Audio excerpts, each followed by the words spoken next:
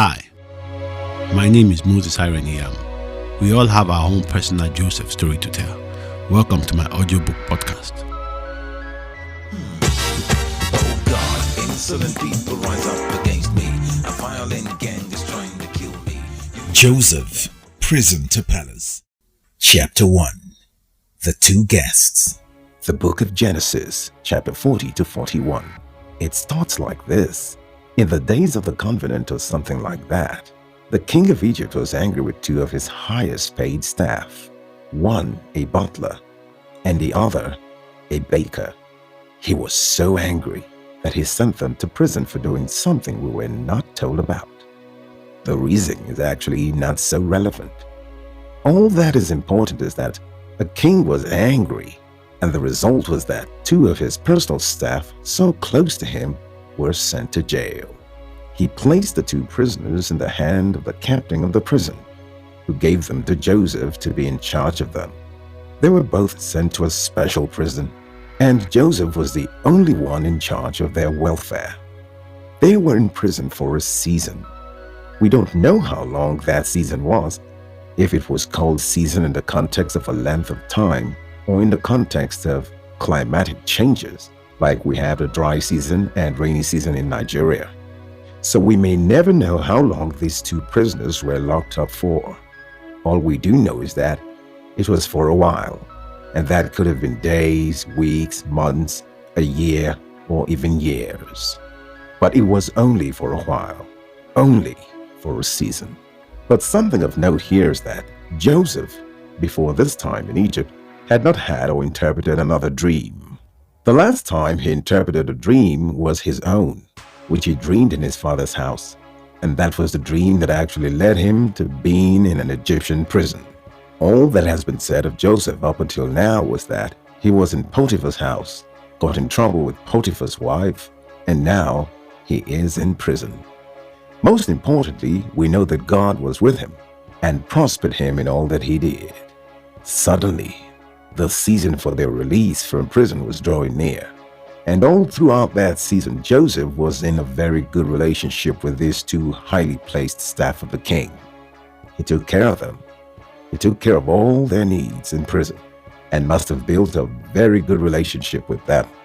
If you were Joseph, would you not be very close to these two highly placed men? Because one of them could have the keys to take you out of prison and give you back your freedom. I believe with all my heart that God always uses three important things to bless us and take us to our place of destiny: His presence, influence, and our gifts. And if we will use these three things well, we will get to our destiny and fulfill our purpose. Joseph, Prison to Palace by Airen Iyamu. Copyright 2020. This book cannot be distributed by any electronic or mechanical means, in print or online. No part of it may be altered, reproduced, or downloaded without the express written permission of the author. All Bible references taken from King James Version. Published by Mount Chris Ventures, a Testimony City Media Publications, designed and printed by Alpha Toa Communications, ISBN 978-978-984-6122. All rights reserved. Soundtrack for the novel Joseph titled No God Like You, performed by Revival Train Music. Oh God, insolent people rise up against me.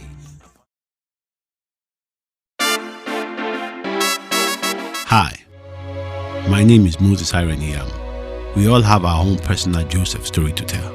Welcome to my audiobook podcast.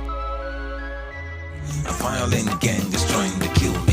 You mean nothing to them, but Lord, you are a God of compassion. Lord, have mercy on me. Joseph, Prison to Palace. Chapter 2. The Dreams of the Night. In the night of a particular day, each of the king's men had his own dream, and the dreams they had troubled them so much that it drove sleep away from their eyes. Each dream had its own interpretation. At the end of their dreams, each man woke up and looked at each other and said, "Did you just dream a dream? Tell me yours, and I'll tell you mine." All through the night, they both shared their dreams with each other, They both could not figure out the meaning of each other's dreams, and it really bothered them, even up until the early morning. For the meaning of their dreams was unknown to them. It was hidden from them, and they wondered if they would ever understand the dream.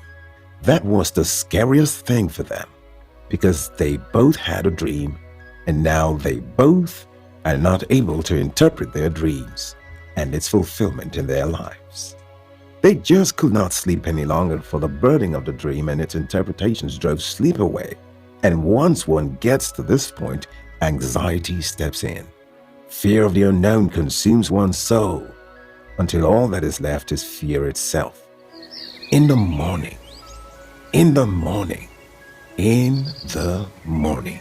there is something about the morning. Weeping may endure for a night, but joy comes in the morning. No one really knows when his or her morning will come, but it does come because there is something about the morning. Something different about the morning. And there was something different and special about this particular morning. Joseph walks in, just like every other morning, to check in on them. But this time he meets them with dejected faces and was wondering if anything bad had happened to them during the night. Another thing about the morning is, to one, it's a new day, new opportunity, new idea, new breakthrough, new beginning. While to the other, it's the end of an era, end of life, end to success, end to victory, end to living and crossing over to death, destruction, poverty, sickness, etc. So on this morning, as Joseph was beginning to wonder what had happened to his special prisoners from the king, he discovers that they both had a dream, and each man's dream had its own interpretation. Note, when you have a dream and it stays with you all through the night into the morning, and you can still remember the beginning and end of the dream, then it's no longer just a dream. It's a revelation from God, and you must make sure you ask for its meaning, because it's very important. So because of the good friendly relationship Joseph had built over time with his two men, they were willing to open up to him and share their dreams. They both said at once, "We had a dream and there's no interpretation." We both can't seem to figure out its meaning, and this is why we are both so sad. Joseph gave a kind smile and told them not to worry, for God is the one who can interpret dreams, since dreams come from him. And Joseph says, "Let me tell you about my God." What joy filled their hearts to hear the words of Joseph, since they had been up all night trying to figure out the meaning of their dreams. And here's Joseph telling them they can both receive interpretations from God. One by one, they both shared each other's dreams, with Joseph hoping that he too could help in the interpretation thereof. Joseph did not pray, sing, call for a fast, or do any religious thing some of us may do today. He just listened. He just listened, because he knew he couldn't interpret any dream. Only God could. So he just allowed God have his way. The two men began to share their dreams, believing God for their interpretations. The chief butler starts with his dream, and Joseph listens attentively.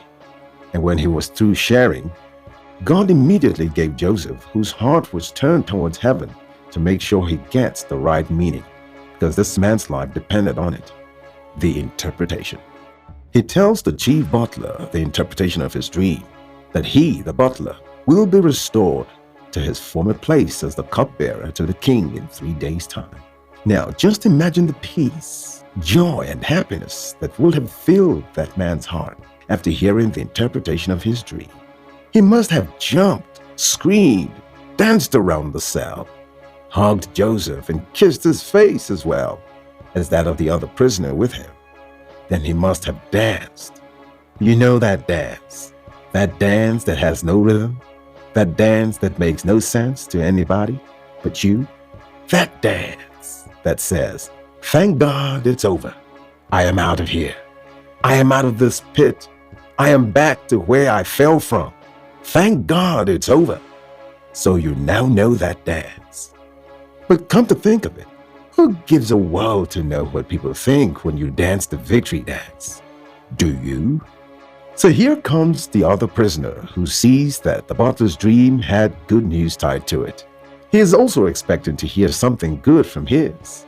So he goes ahead to share his dream with Joseph, who pays great attention to his also, since its interpretation is coming from heaven, and he does not want to give out a false interpretation. Note, it's funny that after Joseph interprets the first dream, he does not take the glory.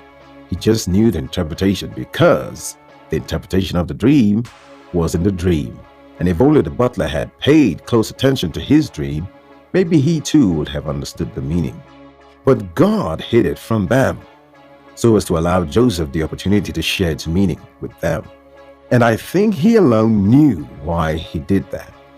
And after telling the butler the interpretation of his dream, he then begged the chief butler to remember him when he regains his freedom and stands before the king, since his imprisonment was not his doing, and it all began with his brothers selling him into slavery.